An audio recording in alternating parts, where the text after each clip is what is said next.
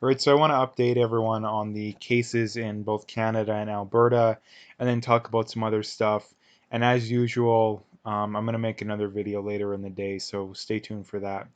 But anyway, confirmed cases in Canada, we're up to 1,048 with 13 deaths. In Alberta, we're up to 226, which is 31 new cases from yesterday, which is less than 2 days ago. So that's a good sign. But again, we're still early in the process.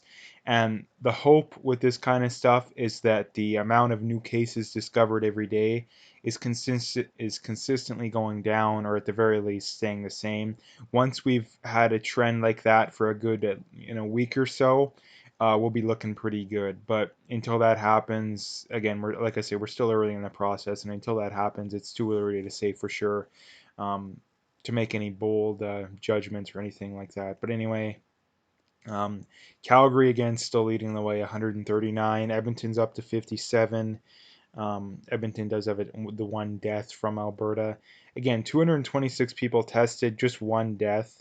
So the percentage chance of dying in Alberta is really low. North Zone 16, South Zone 6, 7 in the Central Zone. Um, yeah, basically the other thing to point out too here I noticed is 23,516 tests have been done. Just 226 of them have came back positive.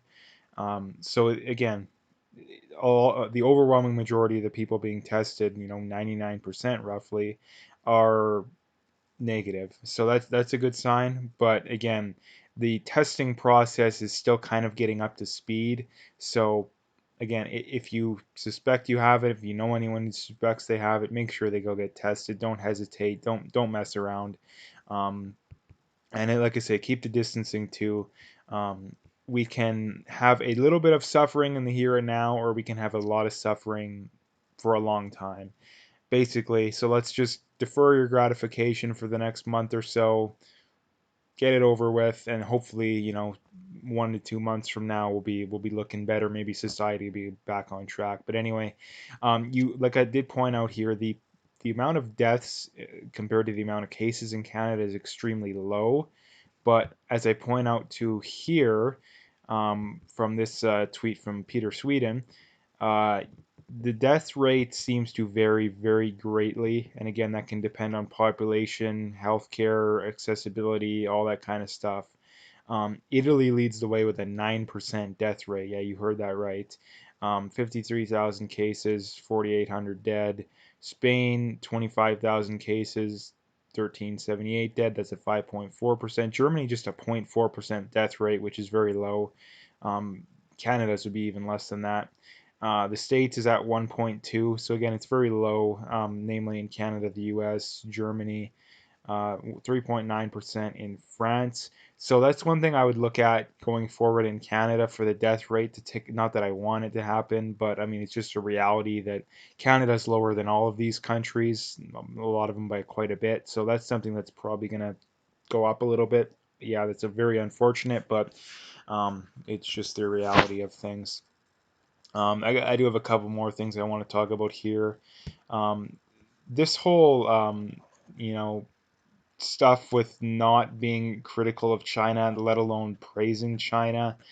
You have here Hillary Clinton basically tweeting out support for this idea that the Chinese government is adopting now, that any fear of this kind of stuff is somehow racism. And like I've mentioned in past videos, it's very to me, it's absolutely crazy that somehow these people that you have, like I say, people's lives, literally people's lives on the line. You have people's jobs, you have people's work, you have people's savings. You literally have people's livelihoods on the line, and you're worried about this imaginary racism. Like, seriously. And even if there's been, like, I seen this one, there was going around on social media that this Asian guy or girl was attacked. They say it was because of their Asian, heritage. And yeah, that really sucks, but that's one case. That's one case. Now that we don't even know if they're Chinese.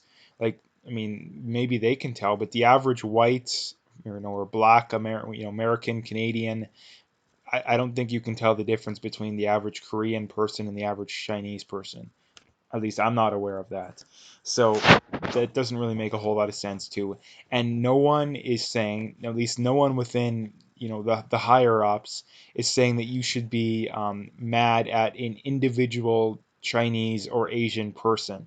What we're saying with this kind of stuff is that the Chinese government messed up royally. Royally. The Chinese government literally effed up the world's economy worse than it's ever been done, basically. I mean, the stock market was down more this last week than it was during any week in the Great Depression, like the worst recession in the history of the world, and at least that we know of. And the stock market was down more than that, and it's almost exclusively due to the Chinese government messing up royally, trying to cover it up, lying, all this kind of stuff that they did, and they need to be held accountable. And that's something that I really, really need to stress, like, really need to stress that the Chinese government, the communist Chinese government, is almost exclusively responsible for this. Almost exclusively. There's other things that could have been done. I'll get to that in a minute. But they're almost exclusively responsible because if they would have taken this seriously from day one, and it's not that they had no foresight, they had doctors warning them that, hey, we need to take this seriously, and they didn't listen. And it's because of the communists, they have this utopian view of things. And this is why you have these leftists that are not only either not criticizing them or straight up praising them, like Hillary Clinton. Um, they both have this utopian view of the world. They're, this utopian view of how society could run if they had their way. And they don't disagree. They may disagree slightly, but they both have a utopian view of society. And that's why you don't see this criticism too. And the fact that, like I say, China can literally mess up the entire world's economy, can kill tens of thousands, maybe hundreds of thousands, maybe even millions of people by the time this is all said and done, and have people not be absolutely pissed off, like out of their minds at China for this is absolutely mind-boggling.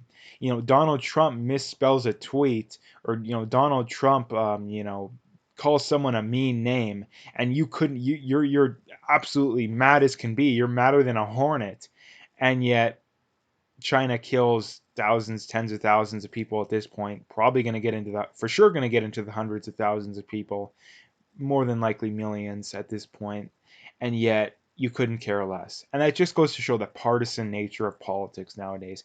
And you have to, I see a lot of these Canadians in the comments reading tweets from Justin Trudeau and CBC and all these kind of people, and you have these ignorant idiots talking about, oh, take note, Donald Trump, this is what real leadership looks like. And they're so stupid that they don't even realize that the majority of people agree with them. CNN has had segments talking about how we need to come together and support Trump. MSNBC, both partisan left wing, completely biased, admit their biases, have laid off the Trump derangement syndrome, came to their sense and be like, hey, we're in this together. We got to get through this. You had Ilhan Omar. You have all these progressives saying like, hey, Trump's plan. I mean, Trump wants to give people money. So you have Ilhan Omar, one of the most, progressive people on earth, who normally would disagree with Trump the most, agreeing with them. And yet you still have these idiots, like I say, these idiots that are taking, oh, take note, Donald Trump. Like, come on, come on. And like I say too, people could make the argument that oh, you're being partisan with Trudeau, um, but he hasn't done anything. He's really dropped the ball. Like I say too, I don't even think Trump's gone far enough. Like I'll flat out say it. I think they should have been more on the ball here too. But as you can see here too, from this tweet from Ezra Levant and CBC. The federal health minister came out this morning and was stressing social distancing measures could be in place for months. Canada's health minister said today they warned that not following the measures in place now could lead to more strict measures later to confine to their homes. Um, it makes no sense because we're still allowing flights from China. Like, why are we allowing flights from China?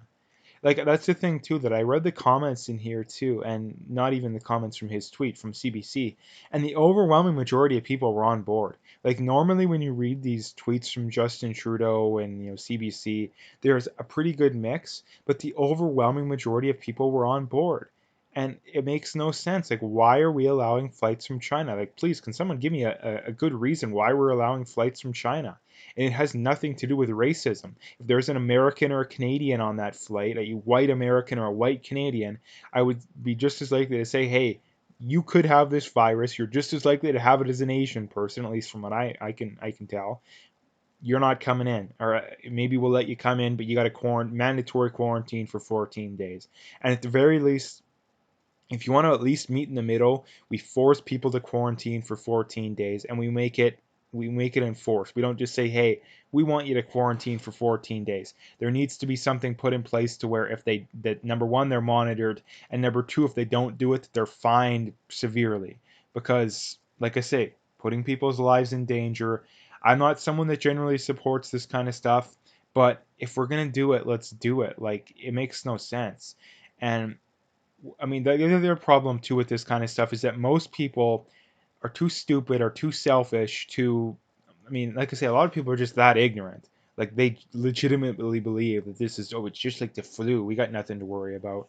Like I think that there's some people believe that. Some people are just selfish a-holes that want to, live their, don't want their lifestyle to be messed up. But what bothers me most is that the reason why our life, that's the thing too, I don't disagree with those kind of people. What we disagree on is that the reason why our lifestyles are getting messed up, that's what we disagree on, and that's what people need to learn.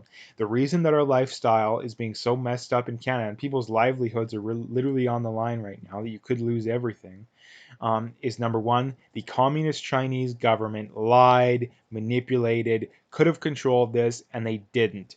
And they deserve a massive amount of blame when it comes to this kind of stuff. Number two, the Canadian government deserves their fair share of blame. Like I say, China should have took care of it, which means that the Canadian government wouldn't have had a ball to drop that they did, but they still did. The border should have been closed long ago. Flights shouldn't have been allowed in long ago. The state has banned, or I don't know if they banned flights, or they restricted flights from China a long time ago. Canada still hasn't. So all the people saying, "Oh, you're just partisan." Nope, no. My objective standard on this kind of stuff is, did you basically close the border as much as you can? Canada didn't, the states did. Therefore, the states did the right thing. I don't care who's running the countries. I don't really don't. Um, so that's that. The last thing being, the reason that we're having such a hard time financially right now is that the government continuously run massive amounts of deficits, and because of that, it's going to hurt us. So the government has three basic options right now, and they all have their flaws. I said two yesterday, but I forgot about one of the other ones. Number one, go into massive amounts of debt, print more money. Um, print I shouldn't say that. Print more money. The problem with printing more money is inflation happens, which inflation really hurts the poor. Um, so that's a bad option. That's probably something that they'll do to an extent, but I know the States is doing it. Canada probably will do it too. But the other option is borrow money.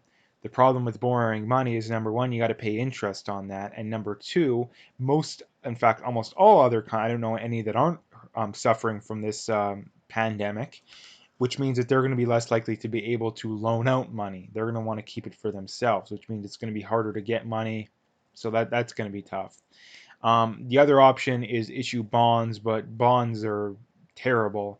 Um, Basically a guarantee of a future tax hike, basically, by issuing bonds or devaluing the dollar, one of the two.